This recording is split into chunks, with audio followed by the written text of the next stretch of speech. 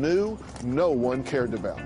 There had been no missing posters for her, no candlelight vigils. But today, in an exclusive interview, her story will be told. No one will forget the day 3 women were freed, surviving more than a decade in captivity. Today, we're going inside the news story that shocked and captivated the nation. One man is now being held responsible for more than a decade of horror. 3 young women apparently held captive vanished in their teens or early 20s. Help me, I'm Amanda Berry. I've been kidnapped and I've been missing for 10 years and I'm here, I'm free now. Cheers and sheer joy on Seymour Avenue upon the news. I knew she would come home. Amanda Berry, Gina DeJesus, and Michelle Knight are all safe and sound tonight. Ariel Castros, the former school bus driver, is now the sole suspect in the investigation. Authorities say the victim spent much of their captivity bound, either in the basement or on the 2nd floor of Castro's house. Castro pleaded guilty to 937 criminal counts, including murder, for ending Michelle Knight's pregnancy. Castro will face life in prison without the possibility of parole, plus 1,000 years. Today, Michelle Knight breaks her silence. She was Ariel Castro's first victim and is the first of his 3 captives to speak out. Since her release, you'll see that Michelle has gotten several piercings as a symbol of her newfound freedom. She may be small in stature, but has enormous strength and spirit. I'm really proud to be sitting here talking to you, and it's really an honor to meet you. I'm so glad that you're telling your story, and I want people to know everything you want them to know.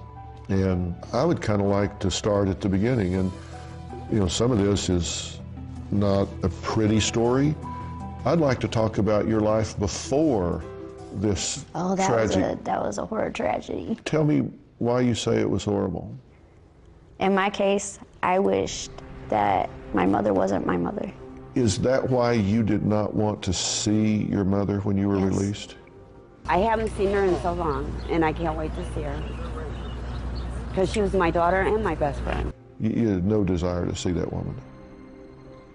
When you went missing on that day, what she told the police is that you suffered from mental abnormalities and that she is confused of her surroundings a lot.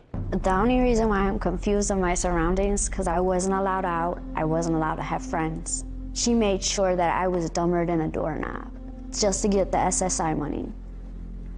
Right. But I'm not dumb. Half of the time I didn't even go to school. She wanted to make sure that I didn't know anything.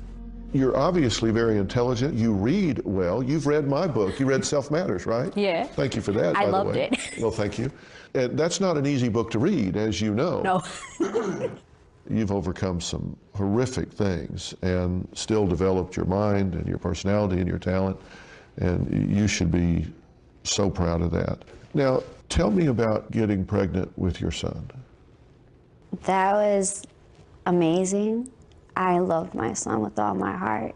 Now, when your son was 2 years old, he was injured by your mother's boyfriend? Yes. Tell me what happened. My mother's boyfriend came home one day, high and drunk, and just decided to take out his frustrations on my son. And how did he hurt him? He twisted my son's leg, and I heard it crack. My son didn't scream. He didn't cry. Just looked at me and said, "Mommy, help me." Thank you. So at some point, they came in and said, the child's not safe in this home. Yeah. And so they took your baby.